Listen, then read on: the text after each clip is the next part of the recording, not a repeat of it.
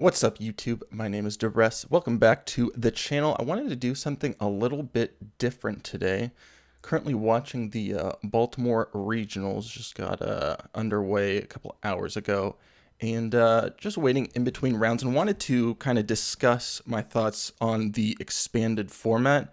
I've got a couple of ideas as to how we move forward with the expanded format. With Scarlet and Violet coming out in, I believe, February, we can expect some, I would assume, changes on the horizon eventually, if not, coming in Silver Tempest or at the beginning of Scarlet and Violet, maybe at the next rotation. But I still think it's worth discussing now, as I think there could be some improvements to be made now, or some paths that we could possibly take in the meantime. So I've got 7 different options here that we can jump into, some a lot more serious than others, some a lot more likely than others, but yeah, let's go ahead and take a look. The first thing that is possible, I guess, well, it's happening right now, is that nothing happens, right? There is no changes to the card pools, no announcements, no nothing.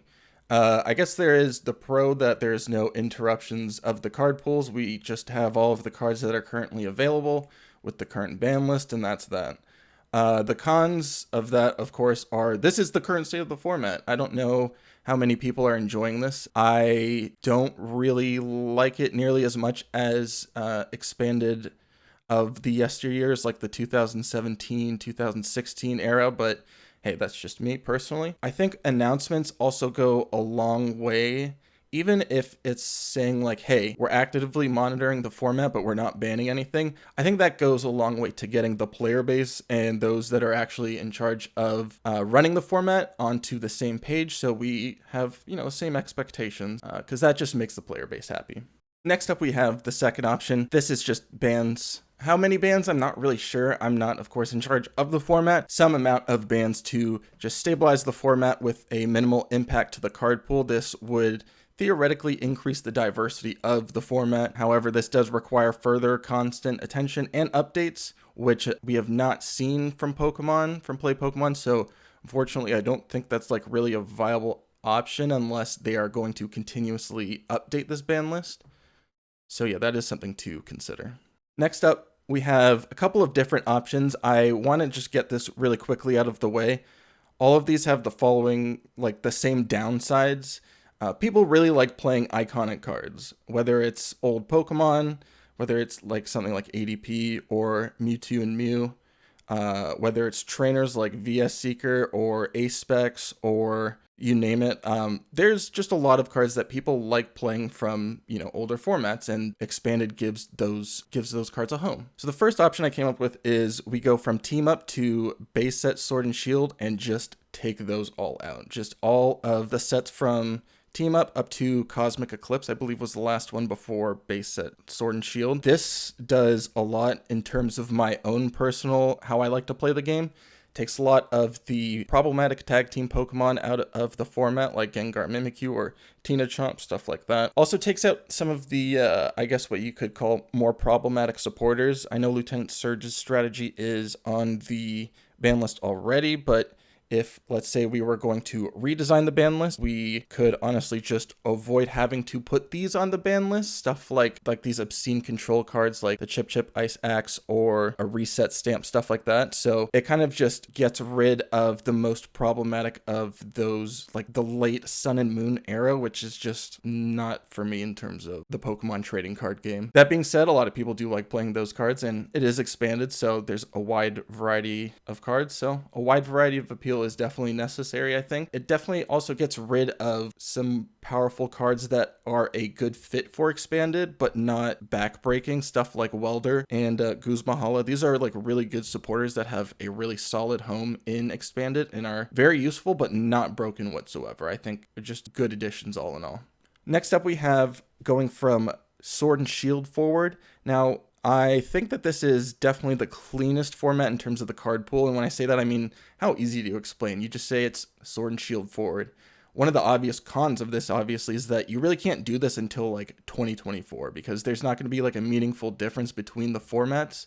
It's really going to be pretty close to the same in terms of card pool, so wouldn't be like terribly into that until like another, I guess, year and a half from now.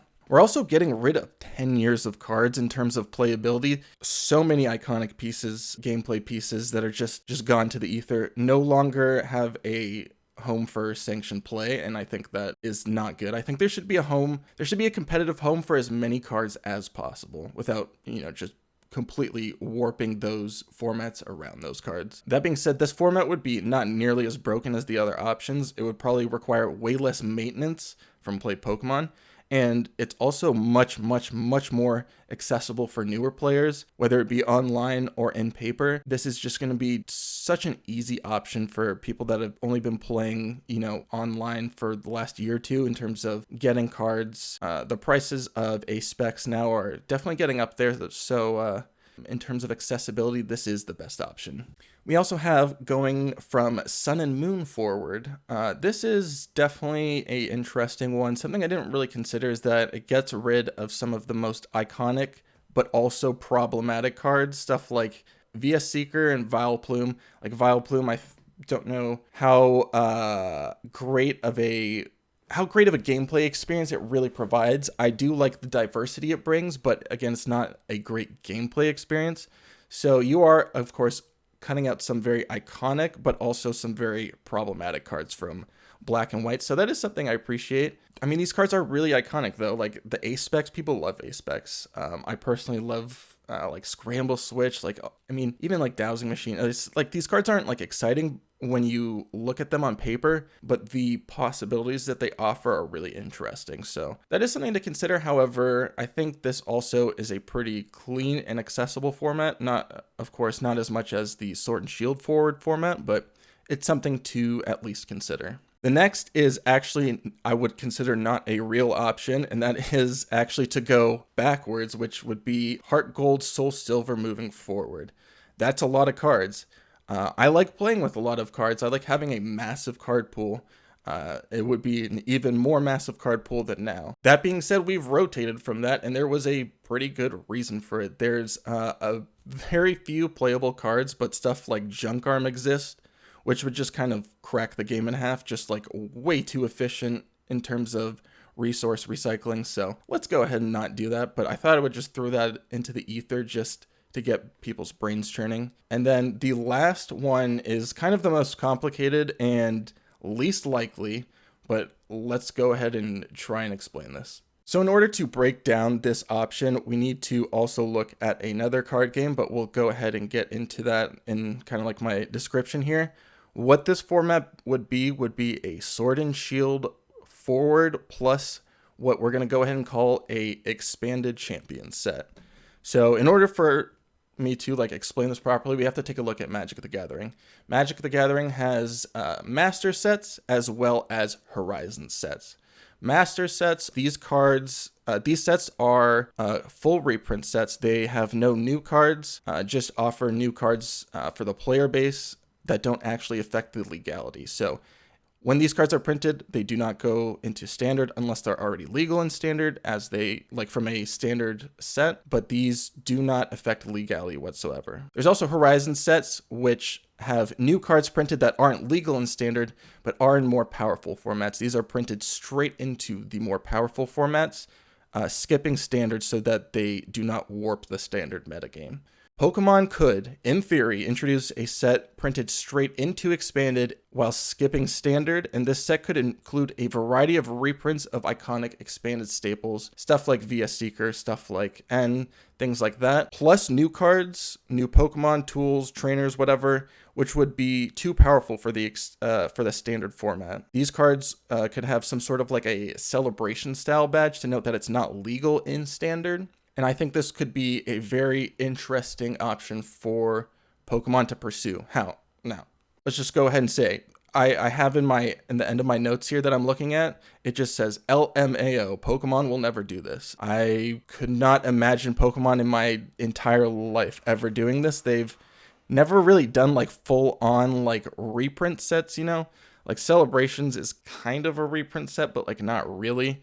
These cards also need to be For the newer ones, if you print new ones that go straight into expanded, you need to rigorously, and I mean just absolute rigorous play testing for these, because the higher power level that they have, there's so much more opportunity to break them, and you need to test with the entire card pool. Also has the potential to become something of a expanded champions format, which is also something we're kind of seeing in Magic the Gathering, where standard cards now have a much tougher time breaking into expanded.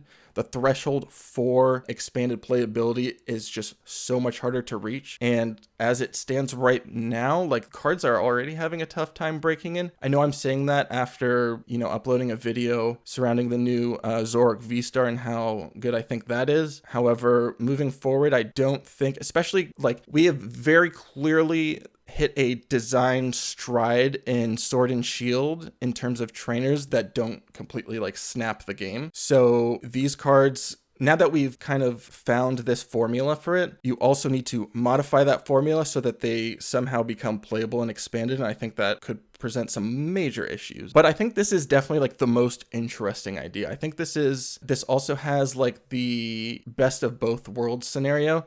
It has like a really clean card pool, Sword and Shield forward, plus expanded champions, while allowing like these selective reprints from expanded champions to go into the expanded card pool. And you don't have to do anything weird with it. You don't have to say, this set to this set is banned. You don't have to do like mass bans. So I think this is a potentially very interesting idea. However, it really comes down to, whether Pokemon wants to do something like that. Overall, after looking at all of these options and kind of thinking them over, I think the best option would be to go from Team Up to Cosmic Eclipse and take those sets out. This takes out a lot of the turn 1 combo potential, as well as some of the most oppressive control archetypes, and see where we go from there. Make selective bans if necessary, but I think that would honestly stabilize the format and really help player confidence moving forward. So yeah, let me know what you think. Do you think this idea of Team Up to Cosmic Eclipse is a good idea? Should we go Sun and Moon forward? Should we go Sword and Shield forward in the future? Yeah, I would be very interested to know other expanded players' thoughts.